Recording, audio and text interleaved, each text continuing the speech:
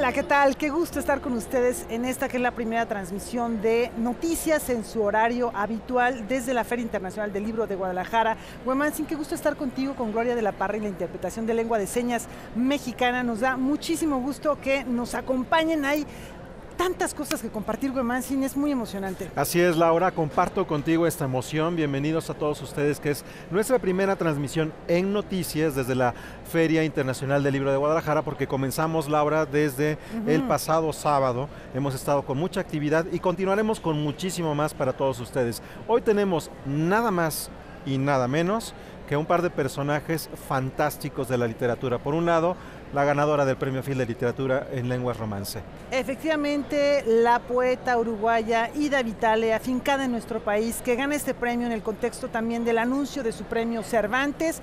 Vamos a platicar también de un premio Nobel de Literatura. Así es, aquí, que presenta nuevo libro y que tendremos todos los detalles. Es justo este, el Premio Nobel de 2006 es Orhan Pamuk.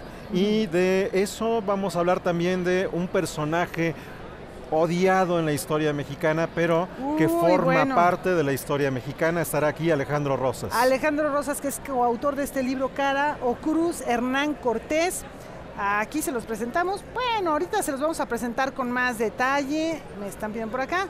Ahí lo tienen, pero vamos a platicar ya con tiempecito, con Alejandro Rosas por acá, y nos vamos a enlazar al Auditorio Juan Rulfo. Así es, vamos a estar con Antonio Loa Antunes, que en este momento se encuentra allí, que es tal vez uno de los más importantes escritores, más representativos de las letras portuguesas hoy día. Bueno, vamos a hablar también de él. Aquí está que es algunos de los libros que traemos aquí para compartir. Esta es Buenas tardes a las cosas de aquí abajo, y por ahí tenemos otro libro de sus crónicas que son fantásticos. Bueno, esto es un adelanto. Un adelantito, y tenemos un adelantito también por acá para capturar el ambiente. Karen Rivera, dinos por dónde andas. ¿Qué tal, Huemanzin, Laura, amigos de Noticias 22? Los saludo con gusto desde el stand de Artes de México, donde más adelante vamos a conversar sobre las publicaciones que conmemoran las 3 décadas de esta editorial, y además les tengo unos pequeños regalos, 2 libros que a quienes estén por aquí, por Guadalajara, y puedan acercarse al stand, se los daré. Cómo comportarse ante la multitud. Estas son 2 novelas, así que amigos, por favor, si están por aquí cerca, dense una vuelta al stand de Artes de México y les voy a regalar 2 novelas. Regreso con ustedes y más adelante seguimos conversando. Muchas gracias, Karen, qué bien. Pues además con regalos iniciamos la semana. Con regalos, ¿cómo se puede pedir? Y además con ese título que yo creo que tiene que ver muy bien para saber comportarse en estas mareas humanas que llegan a la FIL. Bueno, ¿comenzamos, Laura? ¿Comenzamos? Bueno, pues me dicen que directamente nos vamos a nuestra primera nota. Justamente vamos a iniciar con la inauguración de la feria, que se las transmitimos aquí en vivo y en la cual se entrega el premio Phil de Lenguas Romances. Vamos con esto. Hace entrega a Ida Vitale del premio Phil de Literatura en Lenguas Romances 2018. Con un caluroso aplauso a la ganadora del Premio Phil en Lenguas Romances, la poeta Ida Vitale inició la ceremonia de inauguración de la Feria Internacional del Libro de Guadalajara. Esta edición cuenta con la participación de 2,000 editoriales procedentes de 47 países y con una oferta de más de 400,000 títulos. La presencia de 800 escritores y un amplio programa de presentaciones de libros, exposiciones y actividades artísticas y académicas. De igual modo, se rinde homenaje a figuras centrales de las letras mexicanas. Esta feria también será ocasión para dedicar un homenaje con mucho cariño, por cierto, a Carlos Fuentes por sus 90 años de nacimiento.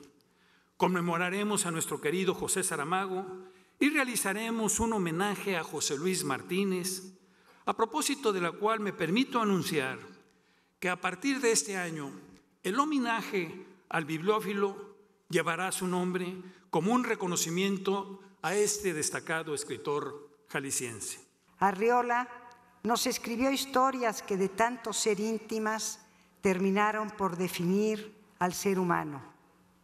Junto a la memoria de Arreola nos reúne de manera especial nuestro querido Fernando del Paso, galardonado por la FIL en 2007.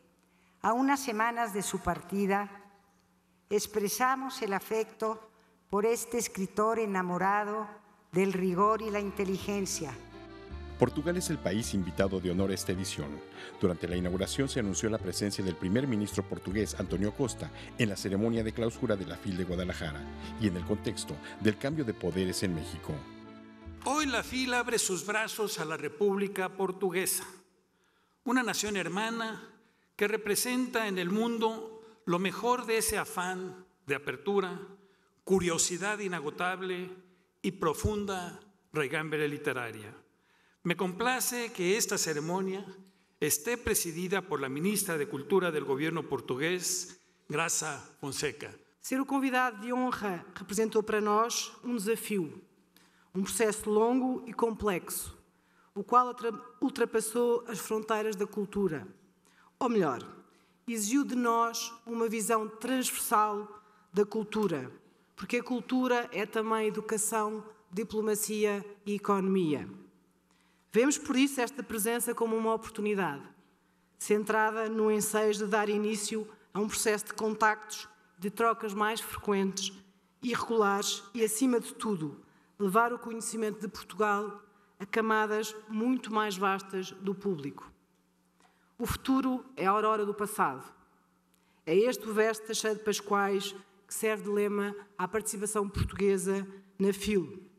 Con una delegación de escritores encabezada por Antonio Lobo Antunes y una oferta de actividades musicales, gastronómicas y artísticas, Portugal ofrece el escaparate a la cultura lusitana.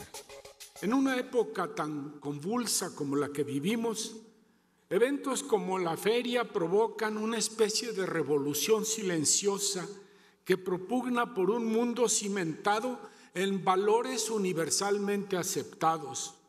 Porque, como dijo Alfonso Reyes, la literatura recoge la experiencia pura de lo humano y es la tradición viva de una cultura. Ante un panorama internacional plagado de discursos de odio, de muros y alambradas, proyectos como la FIL son el puente intercultural de la hermandad. Hoy, sábado 24 de noviembre de 2018, a las 13:05, con la honrosa representación del presidente de la República, en la grata compañía de los libros y los lectores, declaro formalmente inaugurada la 32ª edición de la Feria Internacional del Libro de Guadalajara. Enhorabuena y muchas felicidades a todos. Noticias 22, Víctor Gaspar.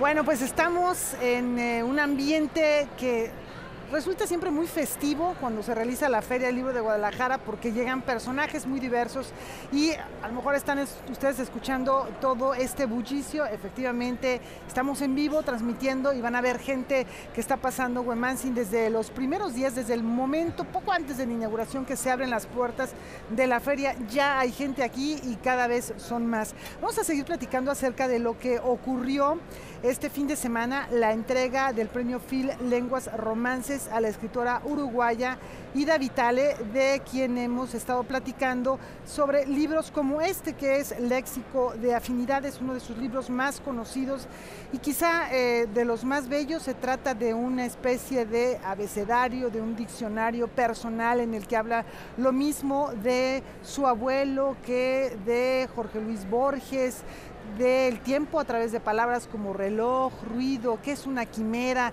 En fin, este léxico de afinidades forma parte de la bibliografía de Ida Vitale. Vamos a ver esta nota y regresamos para seguir comentando acerca de su presencia destacadísima aquí en la FIL Guadalajara.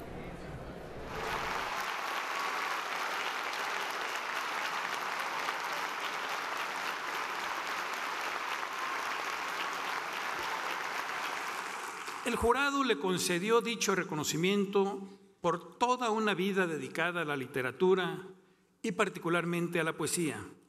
Bienvenida a Guadalajara, Ida. La FIL es su casa. Nos ha dado mucho gusto que apenas unas semanas después de haber aceptado el Premio Phil de Literatura, se haya anunciado que Ida Vitale ha sido merecedora del Premio Cervantes 2018, lo cual, además de motivar una doble celebración, refrenda el valor universal de su obra. Ida Vitale representa una fuerza poética en el ámbito de la lengua española, lúcida y atenta al acontecer humano en la palabra y a partir de ella, su depurada voz poética, apegada al mundo natural, a las expresiones artísticas y al transcurrir del tiempo vivido, sabe renovar la tradición y afirmar su presencia en la modernidad.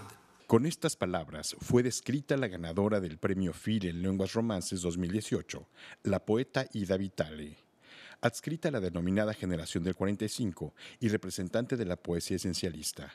La secretaria de Cultura Federal, María Cristina García Cepeda, hizo entrega de la distinción a la poeta.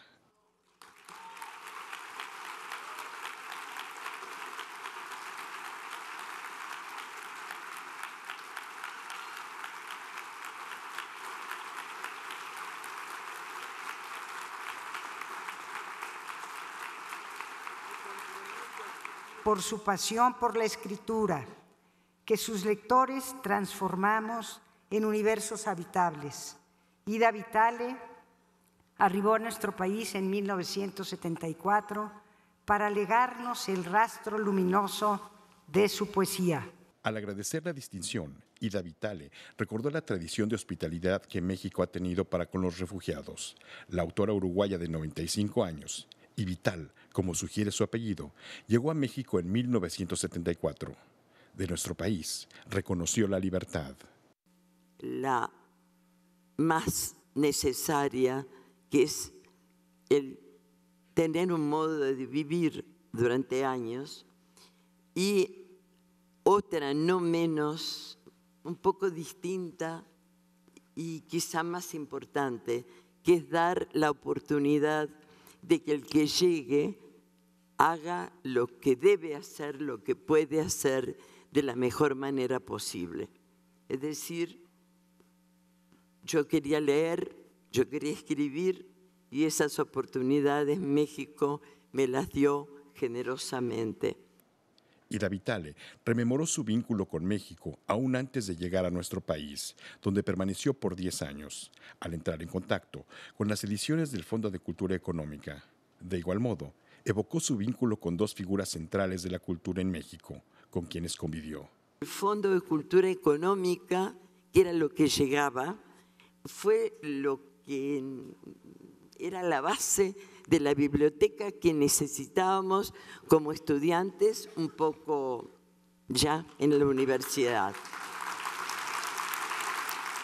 Inicialmente hubo un gran maestro del periodismo que fue para mí el maestro Batis, que como director o colaborador, sí aplaudan.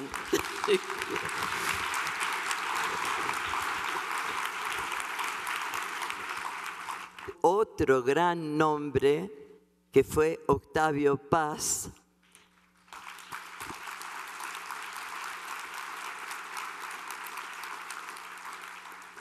gran nombre no solo mexicano, sino universal, claro, y que con un magisterio discretísimo y una acogida elegante, generosa, disimulada, magistral, pero discreta, discretísima. Octavio nunca afirmaba algo sin decir, ¿están de acuerdo?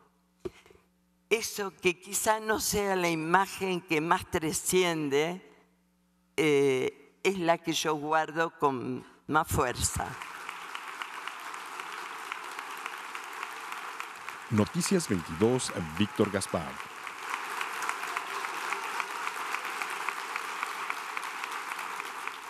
Bueno, encantadora Ida Vitale, de quien podemos encontrar aquí en esta feria este libro hermosísimo, Taller de Historia, que está impreso con a la antigua, con tipografía, tipos móviles, es espléndida. a la antigüita, es una maravilla. Este es del 2005 y la novedad que tiene el Fondo de Cultura Económica, que hace un momento lo apuntaba Laura, miren, este lo enseño por acá para que lo puedan ver bien, es una maravilla de libro, es precioso, artesanal prácticamente, y los versos que están aquí incluidos no están en ninguna otra edición salvo en esta que hace Taller Editoria, en colaboración con la Universidad de Claustro de Sor Juana. Y bueno, lo que decía es que esta es la novedad que presenta el Fondo de Cultura Económica, que Laura apunta muy bien, que le falta el cintillo.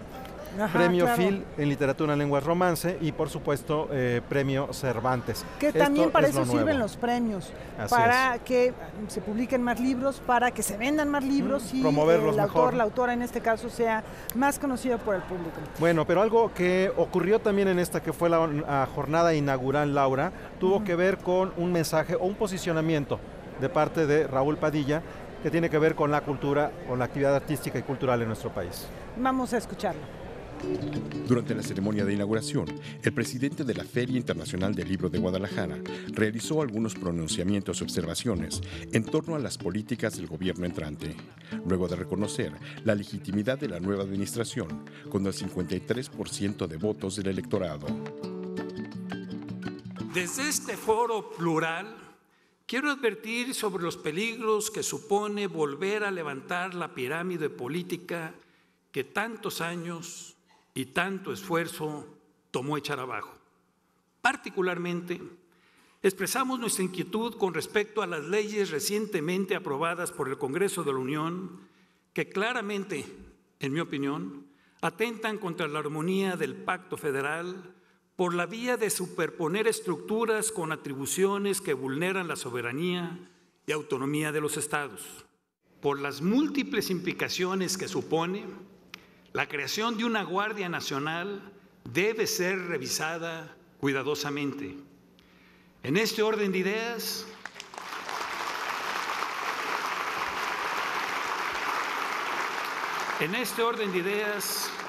aprovecho para respaldar el pronunciamiento del gobernador electo de Jalisco, Enrique Alfaro, en torno a la necesidad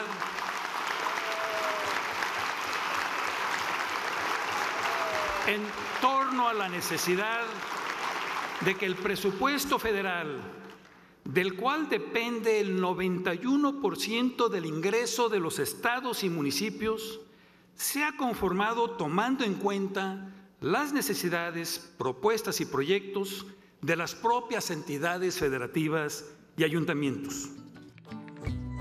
Raúl Padilla también realizó comentarios en torno al presupuesto destinado a la cultura y al proceso de descentralización del sector.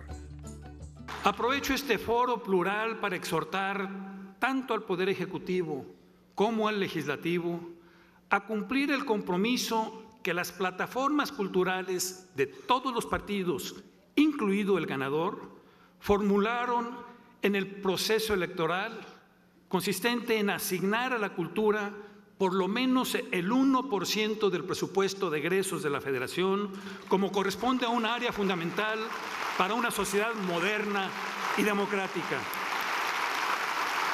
Hacemos votos por una auténtica descentralización, no de las oficinas de la alta burocracia cultural, sino de los recursos y los programas, de la infraestructura y la difusión. Y quien dice descentralización, dice autonomía, indispensable para preservar la libertad de creación y de expresión. Es hora de sustituir el abultado aparato burocrático de la cultura por centros culturales autónomos, tan libres en su gestión como en su programación. Noticias 22, Víctor Gaspar. Bueno, y en otra información vamos a hacer una pausa, pero antes de eso queremos compartir con ustedes algo que nos enteramos el día de hoy. Así como una nave llega al InSight a Marte para explorar el centro de ese planeta, por el otro lado, nos despedimos de un universo cinematográfico, Laura. Efectivamente, se trata de Bernardo Bertolucci, cuya cinematografía quedará para la historia. Está inscrito, yo creo que en este universo del que hablas, de la creación audiovisual, de la creación cinematográfica, con obras trascendentes como puede ser El último tango en París, El último emperador. Los soñadores, por ejemplo. Efectivamente, o Novecento, que es una historia extraordinaria, que se enmarca dentro del nacimiento de la nueva generación en Italia en el siglo XX, con Gerard Depardieu, con Robert De Niro. En fin, vamos a ver esta reseña y regresamos luego de la pausa. Vamos, coge esas sillas. En 1972, el mundo se conmocionó con Maria Schneider siendo sodomizada por Marlon Brando en una de las imágenes más recordadas del cine, incluida en el claustrofóbico melodrama El último tango en París, sobre la soledad y la incapacidad de amar. 46 años después, los cinéfilos del mundo se vuelven a estremecer ante la partida de su realizador, Bernardo Bertolucci. Un amigo del padre de Bertolucci causó una profunda huella en el alma del joven estudiante de cine, Pierpaolo Pasolini. No es de extrañar que el joven Bertolucci se sintiese desde muy pronto influido por el marxismo, hecho que se reflejó en buena parte de su obra posterior. Su primer y deslumbrante contacto con el cine lo tuvo de la mano de Pasolini en Acatone, en la que participó como ayudante. Poco después vino su primera película, La Comare Seca, y luego seguirían El último tango en París, Novecento, La Luna, El último emperador, Belleza robada y Soñadores.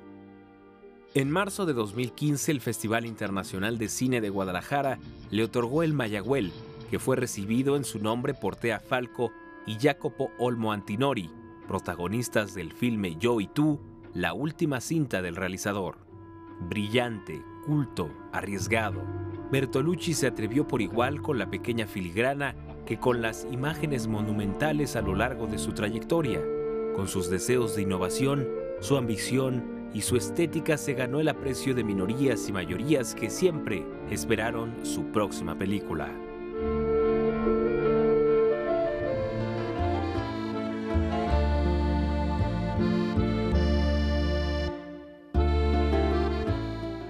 Continuamos aquí en la Feria Internacional del Libro de Guadalajara, estamos en vivo y vamos a estar acompañándolos desde este lugar a lo largo de la semana, así que estamos muy contentos y algo preocupados, Laura, porque hay que leer mucho y hay que estar mucho, estudiando mucho, pero bueno, es un gozo, ¿no?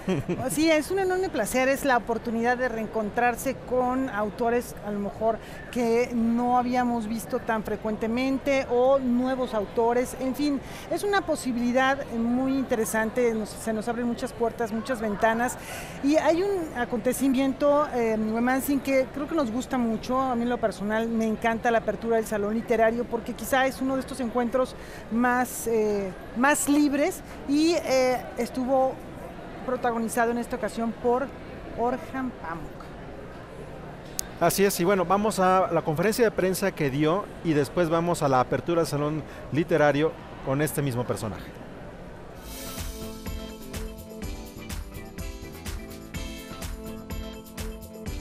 My method of writing changed a lot, but I don't write my novels as a reaction to latest developments because I think about them for quite a long time. Red-haired Woman was a reaction to latest developments, but I was thinking of that novel for many, many years, a unique situation. I have many projects. My style have not changed much. But the way I look at literature maybe have changed. But one thing stayed the same.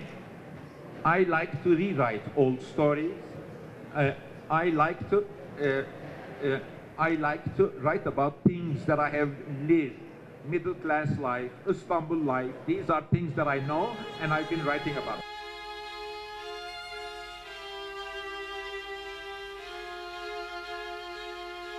Our darling, good liberal value says, be tolerant to the immigrant, understand the tolerant. a civilization which says no to the immigrant all the time is not a good civilization. We all, if we think in an ethical way, we all have the right to enjoy the fruits of this whole globe. The immigrant is our sister, brother. We have to be respectful to him.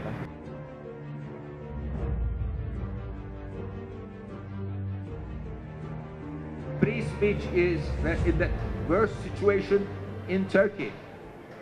There is almost 100 journalists in jail, or lots of writers, journalists. Turkey there is no free speech in Turkey. There is some kind of democracy in Turkey. That is where there are elections, but no free speech.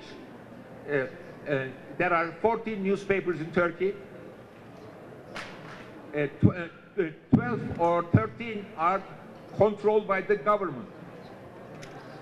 50% of the nation vote for the government, another 50% do not vote for the government. But before the elections, it was all government, all Erdogan. There was no opposition. Opposition is not represented. If you talk too much, you end up in jail. That's why only the brave journalists, only the brave people are speaking.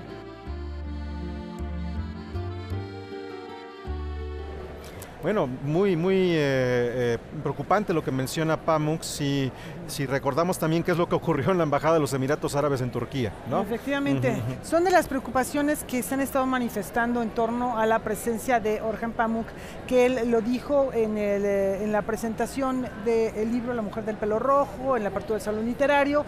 Él tiene una separación importante con los autores políticos o los autores de su generación que estuvieron buscando fines políticos a través de la literatura.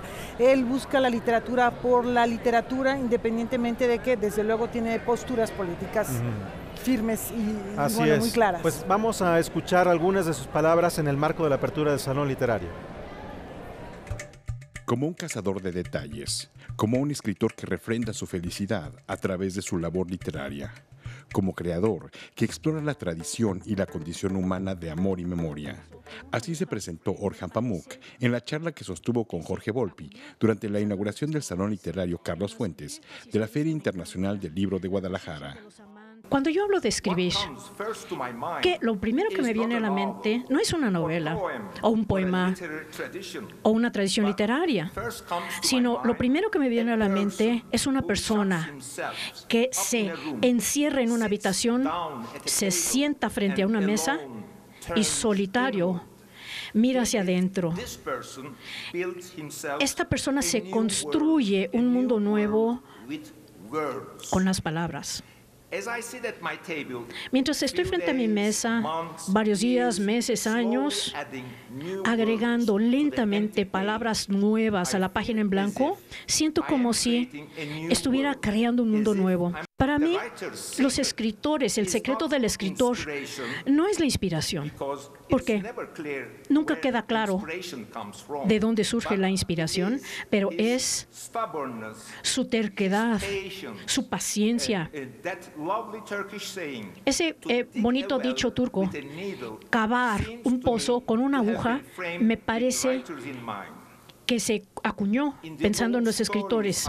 Pamuk también habló de cómo los personajes surgen de una beta casi arquetípica, pero también de la tradición de la que procede, de las que observa, de las letras que ha explorado, entre ellas las latinoamericanas.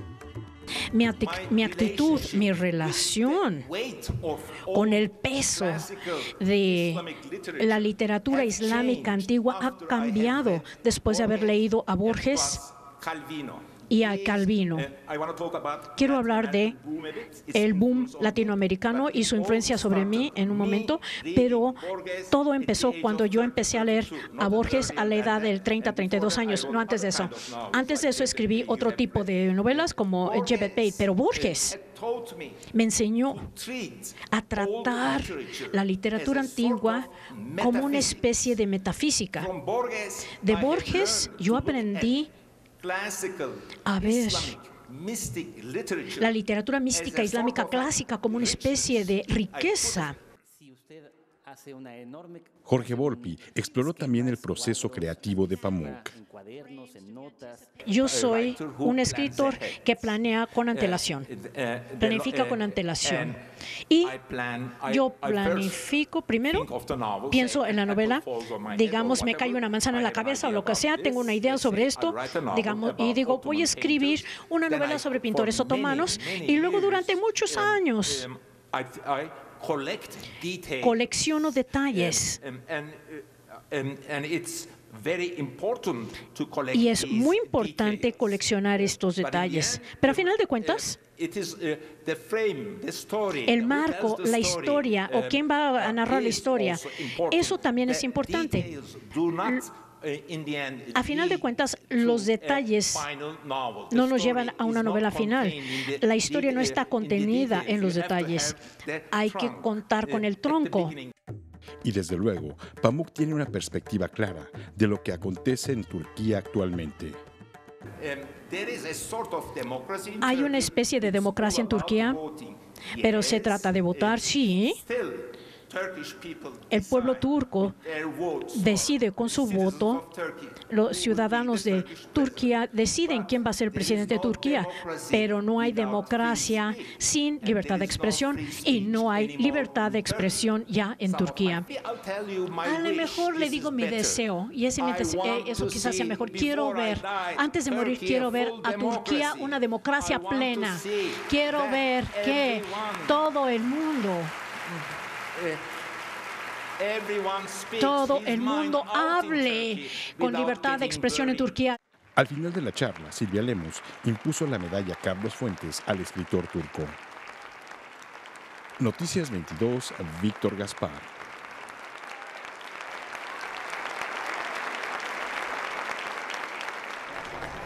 Bueno, pues hay muchas actividades en torno a Pamuk, Laura, amigos. Esta es la novela nueva de Orhan Pamuk. Aquí la pongo para que la pueda ver mejor a través de la cámara. Esta novela se presentó el sábado por la tarde y ya más adelante podremos a lo mejor darle los detalles. Sin embargo, los invitamos a que a lo largo de la semana estén sintonizando Canal 22, que se queden después del noticiario a las 8 de la noche. Así es, ahí lo tenemos justo.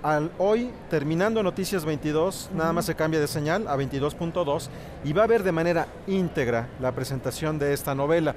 Pero si ustedes dicen, ay, es que yo voy a estar fuera, no voy a verlo por televisión, etcétera, no importa. Métase al perfil de Facebook de Noticias 22 Digital y ahí también a la misma hora va a correr de manera íntegra la presentación de la última novela de Orhan Pamuk aquí en la Feria Internacional del Libro de Guadalajara. Efectivamente, Y vamos a dar una vuelta por el ambiente de la feria. ¿Qué te parecería eso? ¿Te gustaría? Para ver cómo está todo. Vamos, Karen, te escuchamos. Huemansin, Laura, continuamos aquí en el stand de Artes de México, que como comentábamos al inicio de este programa, cumple 30 años de trabajo, y para platicar de las publicaciones que presentan en la FIL 2018, me acompaña Melina Guerrero. Melina, muchas gracias por este tiempo. Ella es jefa de redacción de esta editorial. Melina, háblanos un poco de estas publicaciones.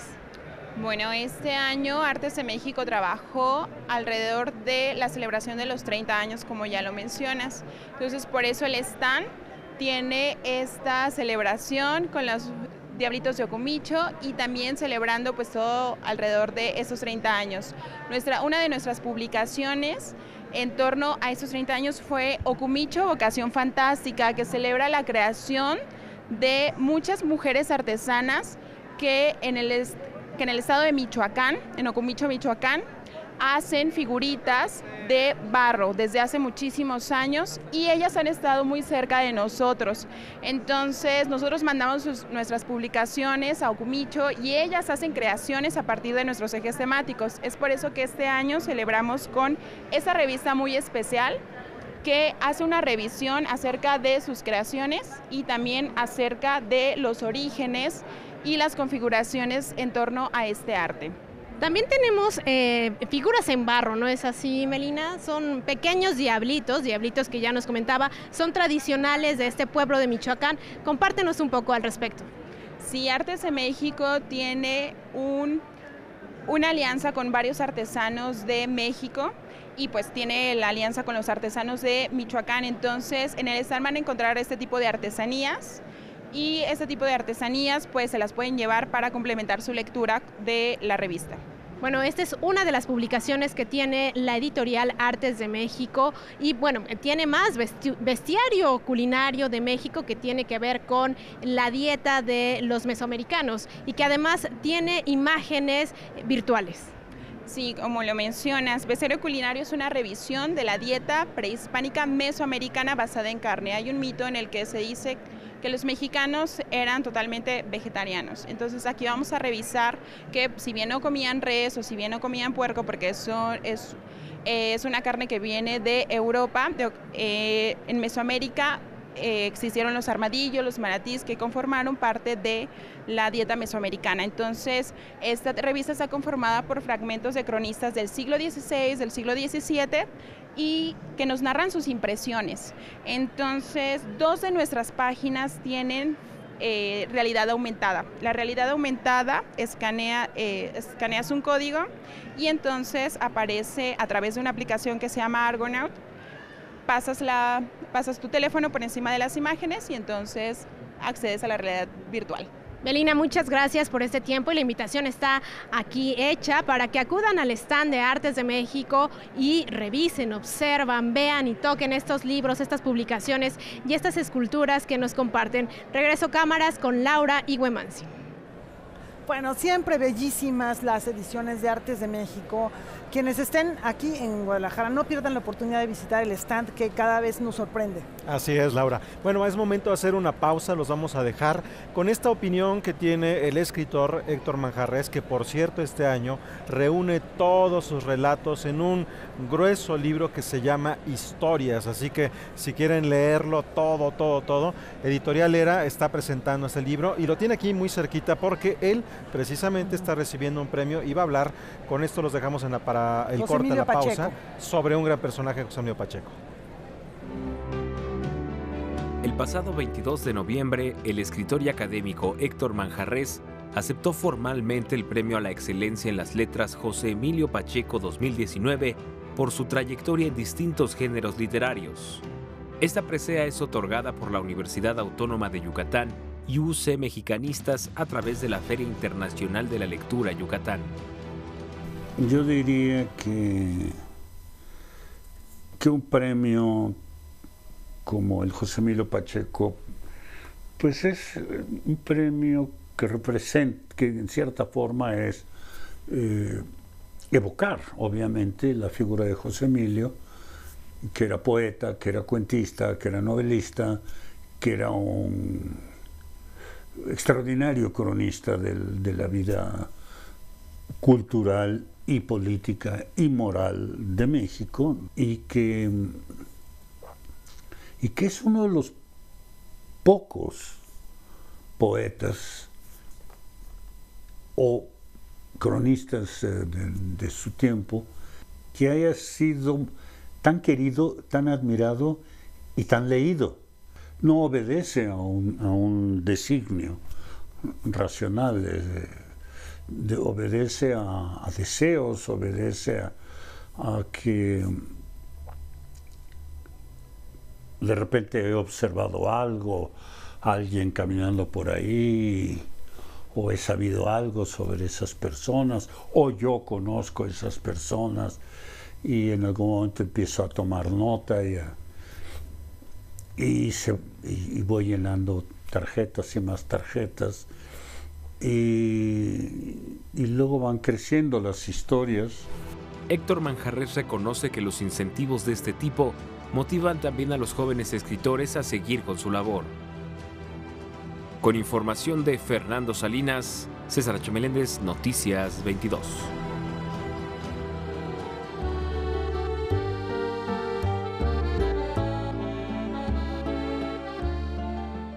Continuamos aquí en Noticias 22 en la Feria del Libro de Guadalajara y una de las actividades que tuvo lugar este fin de semana fue un homenaje a Carlos Fuentes por su 90 aniversario y ahí se analizó lo mismo su pensamiento político, como Silvia Lemus nos compartió algunos momentos íntimos, no de Fuentes sino de Carlos en sus últimos días.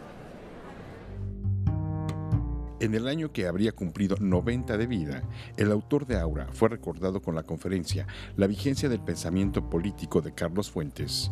Su viuda, Silvia Lemus, realizó un recuento de vivencias y anécdotas, una de ellas sobre su infancia. En 1938, él tenía 10 años y es cuando se nacionaliza el petróleo, cosa que en los Estados Unidos no gustó, como siempre sucede.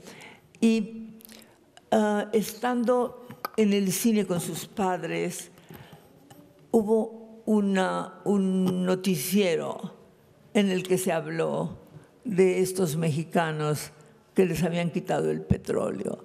Y a sus 10 años se subió en la butaca y gritó: ¡Viva México! Cosa que sus padres estaban un poco inquietos y lo bajaron inmediatamente. Temas como la relación de México y América Latina con los Estados Unidos y episodios de la Revolución Mexicana poblaron los intereses no solo políticos, sino literarios de Fuentes.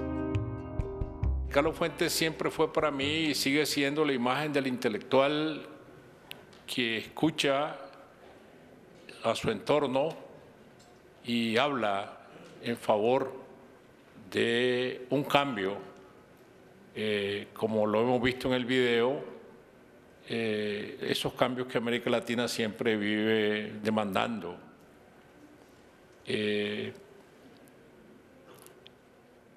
Pertenece a esta misma clase de escritores que se convierte en el intelectual que concibió Voltaire.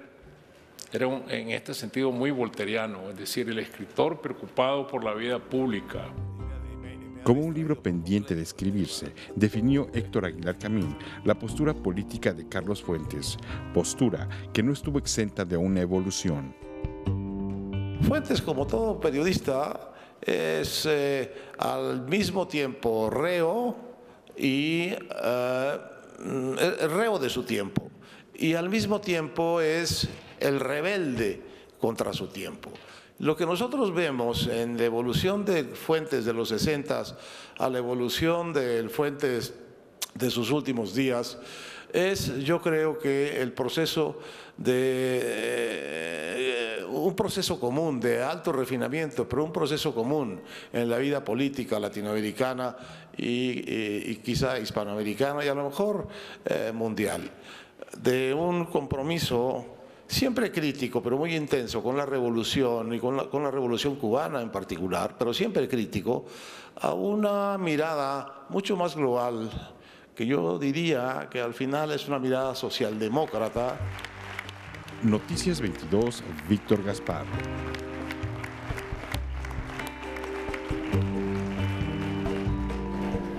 Bueno, continuamos aquí en Noticias 22 y como pueden ver estamos con Alejandro Rosas. Bienvenido, gracias por estar con nosotros. Qué gusto tenerte. Yo estoy feliz de estar con ustedes.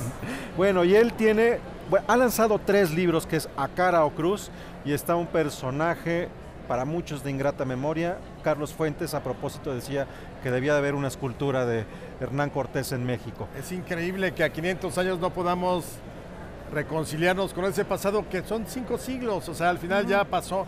Pero fíjate, esta es una colección Cara o Cruz que está sacando Taurus. La idea es recuperar personajes, ponerlos en la voz de 2 historiadores por cada uno de los ejemplares. Ahorita está en el mercado, circulando en el mercado de los libros, Miguel Hidalgo, Hernán por acá Cortés. Lo tenemos, lo vamos a mostrar a cuadro. Miguel Hidalgo, Hernán Cortés y Antonio López de Santana. A mí me tocó colaborar en el de Hernán Cortés junto con Úrsula Camba. El de Hidalgo es Carlos Silva y Úrsula Camba. Y el de Santana es Natalia Arroyo y Arno Buchholder.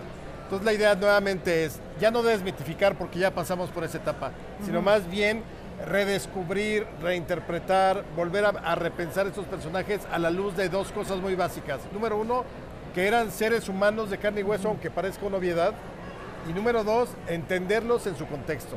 Efectivamente, y en el caso del texto que tú escribes sobre Hernán Cortés, bueno, retomas, ¿por qué lo odiamos tanto a Hernán Cortés? Lo odiamos porque se quedó con Marina, con la famosa Malinche, porque tú dices se chamaqueó a Moctezuma, abusó, un abuso de la hospitalidad de un personaje como como él, entre otras cosas, era un hombre ambicioso, vino, saqueó, en fin, todos estos elementos que uno diría, bueno, pues es un personaje digno de ser odiado.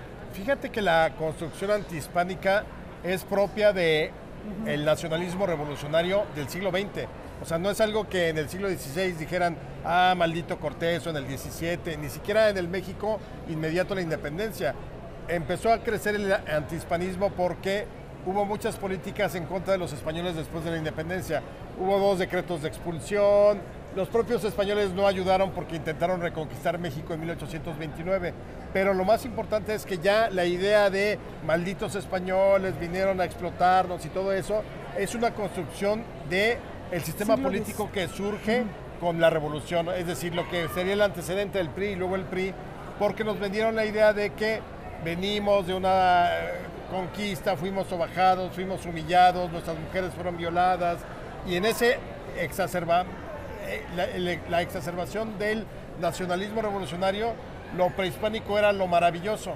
Entonces nos creamos una idea de que el imperio azteca era maravilloso, todo se tomaban de la mano. Estados Unidos también tenía que ver ahí, tuvo que ver, claro, según lo mencionas en tu libro. Sí, claro, o sea, Poinsett, que es el primer embajador norteamericano en México en la década de 1820, llega con un rollo totalmente anti-español.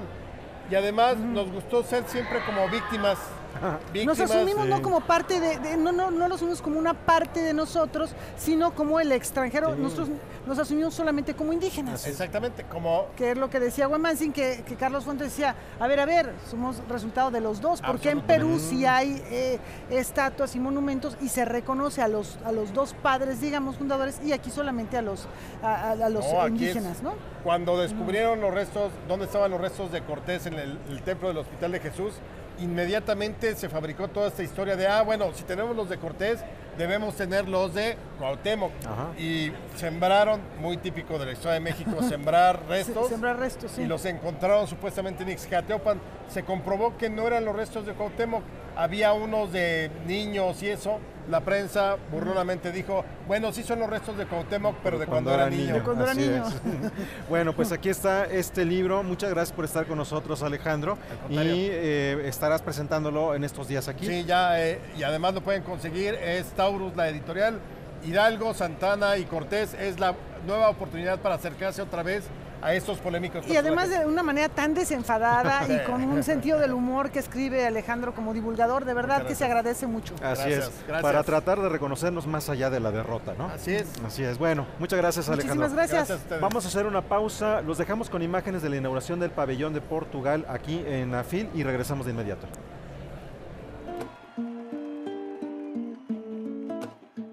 Amigos de Noticias 22, me encuentro en el pabellón de Portugal, país invitado de honor a la FIL Guadalajara 2018. Con un diseño inspirado en las grandes bibliotecas del mundo, este espacio de 1.800 metros cuadrados tiene la capacidad de exhibir hasta 3.000 títulos y fue diseñado por Santa Rita Asociados, quienes nos platican más de este proyecto.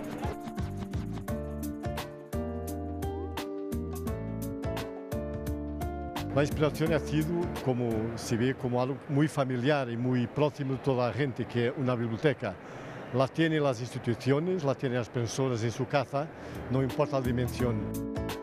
Y después con un cielo, una cubierta que es como un poco la memoria de la escrita, que es algo más etéreo, quizá más leve, que es la memoria de los escritores y el nombre de los escritores, algo que conservamos en nuestra memoria. Ha organizado el espacio para poder ter los escritores y ter piezas de artesanía. Para también, como nas bibliotecas de nuestras casas, tenemos los libros partilhando con otras piezas. Un laberinto de letras interminable es como puede definirse a este pabellón, que tiene un poco de la esencia del cuento de la Biblioteca de Babel de Jorge Luis Borges y que dialoga con diseños de porcelana de la fábrica Vista Alegre, fundada en 1824 en Portugal.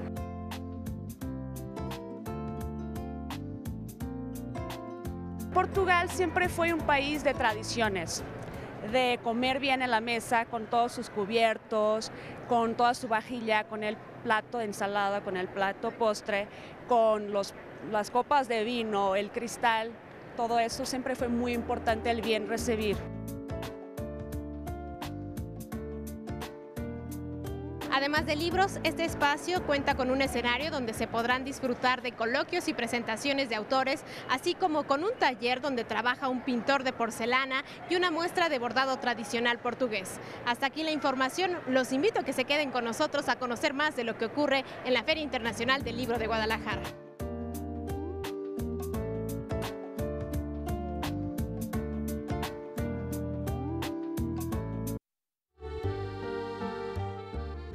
Les habíamos ofrecido unos regalos. Bueno, Karen. Así es, Karen dijo que iba a dar 2 regalos para quien se apareciera en donde ella se encontraba, aquí mismo, en alguna parte de la FIL, en alguno de los pasillos. Karen, ¿cómo va todo eso?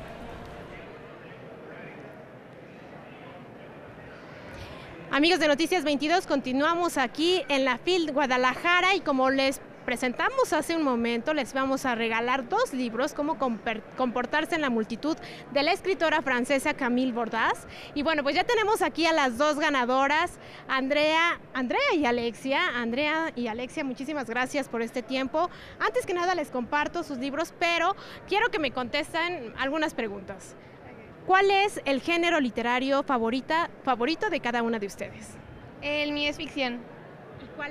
¿Y cuál es tu libro favorito de ficción? Bardo. Muy bien. ¿Por qué te gusta Bardo? Porque habla sobre una historia muy interesante en lo personal, que pues no es muy como fácil de encontrar en los libros de ficción y para mí se me hizo muy interesante. Muchas gracias, Andrea. El libro es tuyo ahora. Y Alexia, compártenos un poco tu género literario favorito. Las novelas. ¿Cuál es la novela favorita? Ciudades de papel. ¿Por qué te gusta Ciudades de papel? Porque abarca mucho cómo son los adolescentes hoy en día, las personalidades las especifica mucho y lleva mucho las experiencias de cada uno de los personajes y la manera en que se expresa y me identifico con los personajes me gusta muchísimo. Muy bien, Alexia, pues el libro es tuyo, es una novela y bueno, vamos a seguir informando con todos los detalles, con todo lo que ocurra aquí en esta Feria Internacional del Libro de Guadalajara. Hay una área importante dedicada al público infantil y adolescente. Va a estar por ahí Luca, un pequeño robot lector del que ya les habíamos platicado en Noticias 22. Y bueno, Luca va a ayudar a los niños a leer. Es podría decirse que audiolibro y tiene la capacidad de leer hasta más de 1000 libros. Esto es parte de lo que se va a tener en esta Feria Internacional del Libro de Guadalajara. ¿Ya la recorrieron? No. ¿Qué es lo que más les ha gustado de esta edición? Que muchas personas están interesadas en venir a leer. Pues fuimos hace rato a una plática de una escritora, al parecer es española, y estuvo súper interesante su plática porque nos platica cómo se inspira para hacer los libros. Bueno, pues es parte de lo que se vive en esta Feria de Guadalajara. Regreso con ustedes, Huemansin y Laura. Bueno, pues espero que tengamos más regalos en los siguientes días. Por lo pronto, damos la bienvenida a estas transmisiones. A lo largo de toda la semana vamos a continuar con ustedes en vivo y tenemos también retransmisiones de acontecimientos importantes a partir de las 8 de la noche. Esto en la señal de canal 22.2 y por favor acérquese a las redes sociales de Noticias 22, también hasta a nuestras redes sociales personales y a la página noticias.canal22.org.mx. Ahí va a tener muchísima información, como por ejemplo una entrevista que ha hecho Alberto Aranda con Lila Downs, que fue parte de la música que está aquí en el auditorio, que como saben, al terminar la FIL siempre hay música y ella participó junto con unas agrupaciones portuguesas. Vamos a despedirnos con parte de este concierto de Lila Downs, la entrevista, ya saben, a través de Noticias 22 Digital. Muy buenas noches. Nos vemos mañana.